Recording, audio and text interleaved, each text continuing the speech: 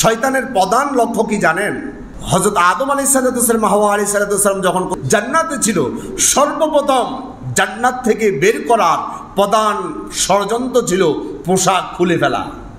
আজকেও দেখেন, ঈদ আসার সাথে সাথে শয়তান মুক্ত হয়ে গেল। মুক্ত হওয়ার সাথে সাথে শয়তান কিন্তু তার টার্গেটে পৌঁছে গেছে। এখন যত যুবতী নারী আছে সবগুলোর পোশাক খুলে ফেলছে। আপনি বাবা, আপনি হাজী সাহেব, আপনি আমির সাহেব, আপনি হুজুর, আপনি বহুত বড় গাজী সাহেব, আপনার মাথায় আপনি টুপি উঠাইছেন, আপনার যুবতী মেয়ের মাথায় কাপড় উঠাতে পারলেন না, আপনার এই টুপি উঠার কোনো দাম নাই। শয়তানের প্রধান লক্ষ্য কি জানেন? প্রধান লক্ষ্যটা সে জান্নাতে আদি পিতা হযরত আদম আলাইহিস সালাম এবং হাওয়া আলাইহিস সালামের সাথে করেছেন। কি করেছেন? আল্লাহ কোরআন থেকে একটু আমরা শোনার চেষ্টা করি। কোরআন মাজিদের 7 নম্বর সূরা আরাফের 27 নম্বর আয়াতে আল্লাহ তাআলা বলছেন, ইয়া বনি আদম লা ইফতিনান্নাকুমুশ শাইতান কামা আখরাজা আবওয়াইকুম মিনাল জান্নাহ। ইয়া বনি আদম, হে বনি আদমরা, লা ইফতিনান্নাকুমুশ শাইতান, লা ইফতিনান্না, ফিতনায় পড়িও না শয়তানের। শয়তানের ফিতনা, শয়তানের কুমন্ত্রণা, কুপ্রবঞ্চনা, এগুলো থেকে তোমরা সাবধান থাকবে। কারণ কি জানো? কামা আখরাজা আবওয়াইকুম মিনাল জান্নাহ, তোমাদের পিতামাতা আদম এবং হাওয়া আলাইহিস সালামকে এই শয়তান জান্নাত থেকে বের করেছে। তোমাদেরকেও জান্নাতে যাওয়ার ক্ষেত্রে বাধা হয়ে দাঁড়াবে, তোমরা সতর্ক থাকবে। এরপর আল্লাহ তাআলা বলছেন, ইয়ানজিউ আনহুমা লিবাসাহুমা লিউরিয়াহুমা সাওয়াতিহিমা, শয়তান তাদের পোশাক অনাবৃত করে ফেলেছে। কার? হযরত আদম আলাইহিস সালাম, হাওয়া আলাইহিস সালাম যখন কোথায় ছিল? জান্নাতে ছিল। সর্বপ্রথম জান্নাত থেকে বের করার প্রধান ষড়যন্ত্র ছিল পোশাক খুলে ফেলা। আজকেও দেখেন, ঈদ আসার সাথে সাথে শয়তান মুক্ত হয়ে গেল। মুক্ত হওয়ার সাথে সাথে শয়তান কিন্তু তার টার্গেটে পৌঁছে গেছে। এখন যত যুবতী নারী আছে সবগুলোর পোশাক খুলে ফেলছে। আপনি বাবা, আপনি হাজী সাহেব, আপনি আমির সাহেব, আপনি হুজুর, আপনি বহুত বড় গাজী সাহেব, আপনার মাথায় আপনি টুপি উঠাইছেন, আপনার যুবতী মেয়ের মাথায় কাপড় উঠাতে পারলেন না, আপনার এই টুপি উঠার কোনো দাম নাই। একটা বৃদ্ধ বাবা মুখে দাঁড়িয়ে আছে, কত সুন্দর সাদা টুপি, গতকালকে আমার সামনে পড়লো। দেখলাম তার সাথে একটা যুবতী মেয়ে আছে, গায়ে ওড়না নাই, মাথা ওড়না নাই, পুরোটাই খালি। আচ্ছা বলেন, যদি তার বাবা হয় বা ভাই হয় বা যে হোক, তার অভিভাবক, ভাইও অভিভাবক হতে পারে, বাবাও অভিভাবক হতে পারে, স্বামীও অভিভাবক হতে পারে, পারে কি পারে না?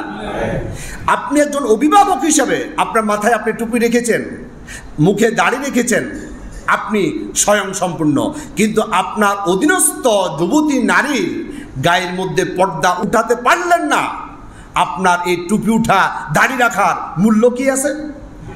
রাসূলুল্লাহ বলছেন, লা ইয়াদখুলুল জান্নাতা দাইয়ুস, দাইয়ুস কখনো জান্নাতে যাবে না। দাইয়ুস মুযাক্কারের সিগা, এটা মুয়ান্নাসের সিগা নয়। দাইয়ুস কোনো মহিলা হয় না, মহিলার কারণে পুরুষরা দাইয়ুস হয়। যে অভিভাবকরা তার অধীনস্থদেরকে পর্দায় রাখে না, এই না রাখার কারণে তারা নিজেরা দাইয়ুস হবে। আর দাইয়ুসের জন্য জান্নাত হারাম। আচ্ছা আপনি জান্নাতে যেতে পারলেন না, এই দাড়ির কি মূল্য আছে? আপনি জান্নাতে যেতে পারলেন না, টুপির কি মূল্য আছে? লম্বা জামা আর খুশবু আতরের কি মূল্য আছে? আমি কি দাড়ি টুপির বিরুদ্ধে কথা বলছি? এটা অবশ্যই লাগবে। আমি বারবার একটা কথা বলি, আপনি নামাজ পড়লেন না, যতক্ষণ পড়েন নাই ততক্ষণ কবিরা গুনাহ। আপনি রোজা রাখেন নাই, যতটা রোজা খেয়ানত করেছেন অতটা কবিরা গুনাহ। এইভাবে প্রত্যেকটা আমলের ক্ষেত্রে যতক্ষণ পর্যন্ত আপনি আমলটা করছেন না ততক্ষণ কবিরা গুনাহ। আর যারা দাড়ি ক্লিন শেভ করে তারা কন্টিনিউ কবিরা গুনার ভিতরে আছে। সে বাথরুমে যায় তখন কবিরা গুনাহ চলতেছে কি চলতেছে না? সে ঘুমাচ্ছে, কবিরা গুনাহ চলতেছে কি চলতেছে না? খাচ্ছে, ঘুমাচ্ছে, যাই করছে সে নামাজের ভিতরে আছে কিন্তু তার দাড়ি নেই, কবিরা গুনাহ কি বন্ধ আছে? কি কপাল পোড়া! কপাল পোড়া কি কপালে লেখা থাকে? কেমন কপাল পোড়া! নামাজের ভিতরে তার কবিরা গুনাহ চলতেছে। আর আপনাকে কিভাবে বুঝাতে পারি আমি ভাই, যে ব্যক্তি দাড়ি রাখে না, ক্লিন শেভ করে, ওই ব্যক্তিটা নামাজের ভিতরে গুনাহ চলছে, তার খবর নাই। শয়তান ছাড়া পাওয়ার পর তার মূল টার্গেটে সে কিন্তু পৌঁছাই গেছে। অনেক নামাজি আছে তার ঘরের মধ্যে পর্দা নাই, তার মানে আপনাকে এক্সাইট করে মসজিদে পাঠাই দিছে আর আপনার পরিবারের কাপড় চোপড় সব খুলে নিছে শয়তানে। এবার আপনি মসজিদে যত ইবাদত করেন না কেন, আপনি দায়ুস হওয়ার কারণে আপনি জান্নাতে যেতে পারবেন না। আপনি 10 দিনে এতেকাফ নয়, আপনি 20 দিনে এতেকাফ করেন, সমস্যা নাই শয়তানের। কথা কি বুঝাতে পেরেছি? ইসলাম একটা চেইনের মতো। মহিলারা চেন পরে না গলায়, চেনের একটার সাথে আরেকটা হুক আছে, ছোট ছোট হুক দিয়ে একটার সাথে আরেকটা লাগানো আছে। একটা হুক যদি ছুটে যায়, এটা কি আর গলার মধ্যে থাকে? এটা পড়ে যাবে, কোথায় পড়বে সে নিজেও জানবে না। ইসলামের প্রত্যেকটা ফরজ ওয়াজিবগুলো একটার সাথে একটা এইভাবে আংটা লাগানো। আপনি একটা ফরজ লঙ্ঘন করার কারণে 1000 ফরজের সওয়াব আপনার অর্জন হলেও একটার কারণে হয়তো আল্লাহর জাহান্নামে আপনাকে চলে যেতে হবে। নাউযুবিল্লাহ। আদম এবং হাওয়া আলাইহিস সালামকে প্রধান টার্গেট করে জান্নাত থেকে বিতাড়িত করার জন্য পোশাকটাই ছিল শয়তানের টার্গেট। আর ওইটা যখন খুলেছে, সাথে সাথে আল্লাহর জান্নাত থেকে আল্লাহ তাআলা বের করে দিল। আর আজকেও আমি মনে করি জান্নাতে যাওয়ার জন্য সবচাইতে বেপরোয়া হচ্ছে প্রধান কারণ, ঠিক কিনা বলেন? আল্লাহ তাআলা বলছেন, ইন্নাহু ইয়ারাকুম হুয়া কাবিলু মিন হাইতু লা তারাউনাহুম। শয়তান তোমাদেরকে দেখে কিন্তু তোমরা শয়তানদেরকে দেখো না। সুতরাং অদৃশ্য দুশমন আরো খারাপ বেশি না ভাই? এর থেকে সতর্ক কি বেশি থাকতে হবে না কম থাকলেও চলবে?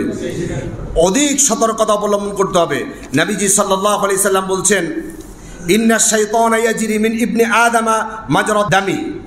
অর্থাৎ মানুষের শিরা উপশিরার মধ্যে যেভাবে রক্ত চলাচল করে এটা আমরা বিশ্বাস করি, কিন্তু দেখা যায় না।